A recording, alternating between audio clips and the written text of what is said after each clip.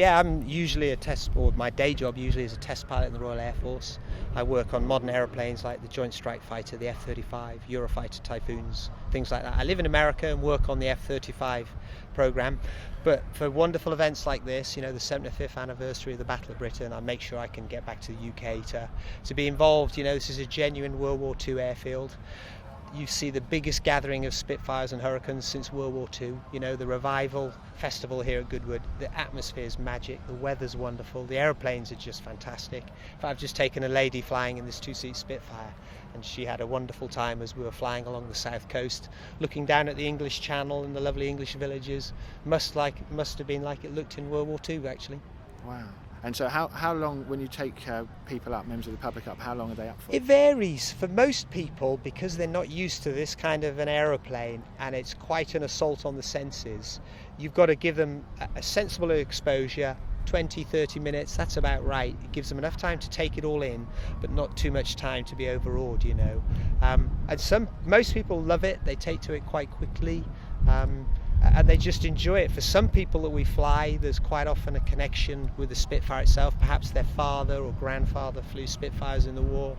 So for most people that we're lucky enough to fly in this aeroplane, it's usually quite an emotional experience. I can't remember anyone that's just got out of that and I've said to them, what was that like? They've never just said, well, it was okay. It's always a lot more than that. It's quite wonderful. Flying this for you, you're flying the most modern planes in your day job, and then you're flying this.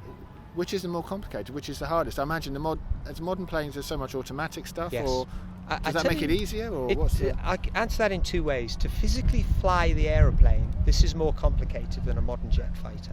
Right. But to operate a modern fighter with all its sensors and all its weaponry, that's the more complicated bit.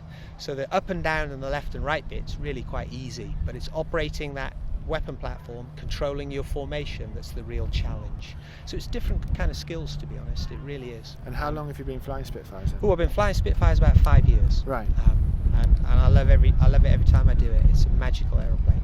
How do you regard the pilots from the Battle of Britain? Can you kind of explain a little more about the courage and the capabilities they had? I think to me they were ordinary people doing an extraordinary event. I think they were caught up in the war.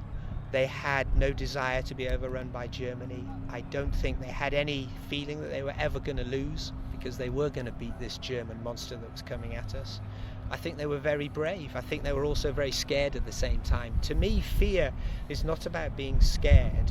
It's overcoming being scared and getting in that aeroplane every day and going off and fighting the enemy and doing the best you can. So most of the guys that I've met, and I've had the pleasure of meeting a fair number now, are very humble people.